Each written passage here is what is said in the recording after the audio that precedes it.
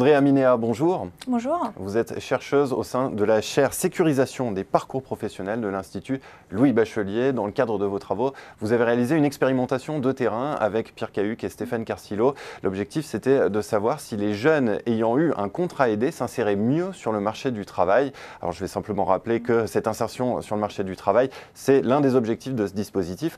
Alors, d'abord, est-ce que vous pouvez nous décrire votre expérimentation? Comment est-ce que vous avez procédé? Alors, nous avons créé 12 profils de candidats fictifs qui se distinguaient uniquement par leur parcours professionnel précédent. Certains avaient été dans des contrats aidés auparavant, d'autres dans des contrats non subventionnés, dans le secteur marchand ou non marchand, ayant acquis ou non une formation certifiante. Nous avons envoyé ces CV à des offres réelles d'emploi de jardiniers, d'agents d'accueil en France métropolitaine. Au total, nous avons envoyé 5400 CV. Et nous avons choisi ces postes parce que le nombre de contrats aidés qui se retrouvent dans ces postes, en effet, il est très important. Par la suite, nous avons analysé le taux de rappel de la part des employeurs pour nos candidats fictifs en comparant ces taux de rappel en fonction des profils des candidats. Alors, quels sont les résultats que vous avez trouvés? Est-ce que les jeunes qui ont eu un contrat aidé s'insèrent effectivement mieux sur le marché du travail? Est-ce qu'ils sont davantage rappelés que les autres pour des entretiens? Globalement, le taux de rappel il est très faible, il se situe à 8%. Nous n'observons pas d'effet de stigmatisation des jeunes qui sont passés par un contrat aidé auparavant, mais cette expérience professionnelle, de même que l'expérience professionnelle dans un contrat non subventionné, ne les aide pas non plus par rapport à quelqu'un qui était complètement au chômage pendant la période précédente à être rappelé par un employeur. Ce qui compte seulement, c'est que cette expérience professionnelle était accompagnée par une formation certifiante.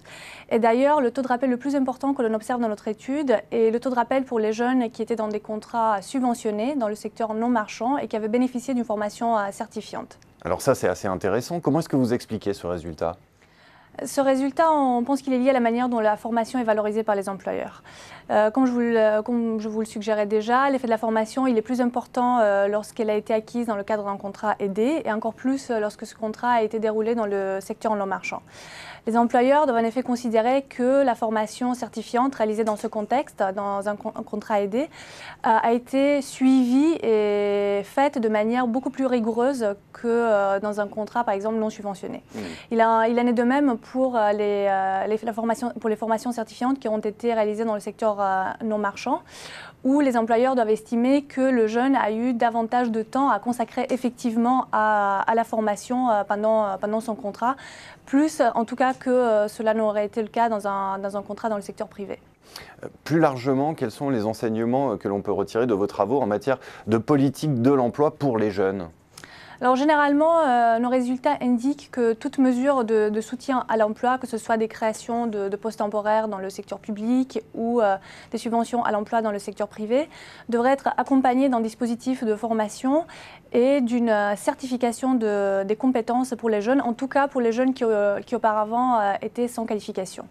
En plus, ce qu'on peut rajouter, c'est que l'effet de la formation que l'on observe, il est corrélé de manière négative avec le taux de chômage local.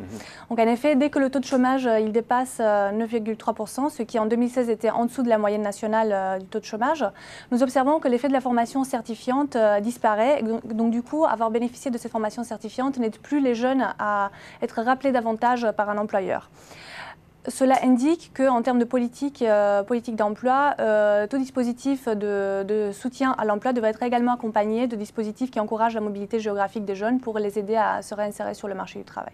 Eh bien, merci beaucoup, Andrea Minea, d'être venue nous présenter votre expérimentation et ses grandes conclusions. Merci encore. Merci.